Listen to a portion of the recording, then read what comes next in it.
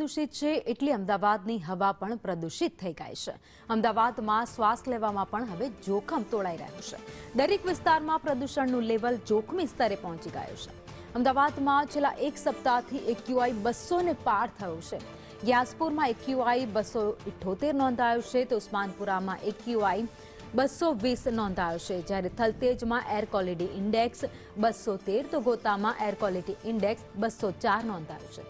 સોલામાં 201 તો south બોપલમાં 211, બોડકદેવમાં 200, airport વિસ્તારમાં 215 AQI નોંધાયું છે। અમદાવાદ શહેરની હવા પ્રદૂષિત થઈ રહી છે। મોટાભાગના વિસ્તારોમાં એર ક્વોલિટી ઇન્ડેક્સ છે જે 200 ને પાર નોંધાઈ રહ્યા છે। શહેરીજનો મોર્નિંગમાં વોક કરવા નીકળે ત્યારે પણ જોખમી સાબિત થઈ શકે છે, કારણ કે તબીબો તરફથી પણ એક અપીલ છે જે કરવામાં આવે છે કે કદાચ જો હવાનું પ્રદૂષણ સતત વધે તો માસ્ક ફરજિયાત પહેરવું જોઈએ। નાના બાળકો, વડીલો અને અસ્થમાના જે રોગોથી પીડાતા દર્દીઓ છે તેમને હાલાકીનો સામનો અવશ્ય કરવો પડે છે।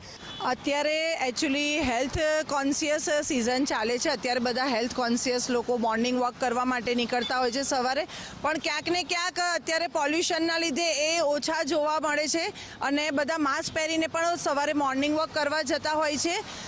પહેલાં તો હું કહીશ કે માનવનો અધિકાર છે શુદ્ધ હવા અને શુદ્ધ પાણી, જે આપણી પાસેથી ધીરે ધીરે છીનવાઈ રહ્યું છે, અને શુદ્ધ હવા માટે આપણે ક્યાંક ને ક્યાંક ઓક્સિજન ગાર્ડન ક્રિએટ કરીએ છીએ, પણ એ બધું ડેવલપ થતાં ઘણી વાર લાગશે। પણ એના બદલે આપણે જ એક જાગૃત નાગરિક તરીકે આપણે જે પગલાં લેવા જોઈએ કે પોલ્યુશન ઓછું કરવું જોઈએ, કે જ્યાં બાઇસિકલ કે જેવા વ્હીકલ્સનો ઉપયોગ કરવો જોઈએ।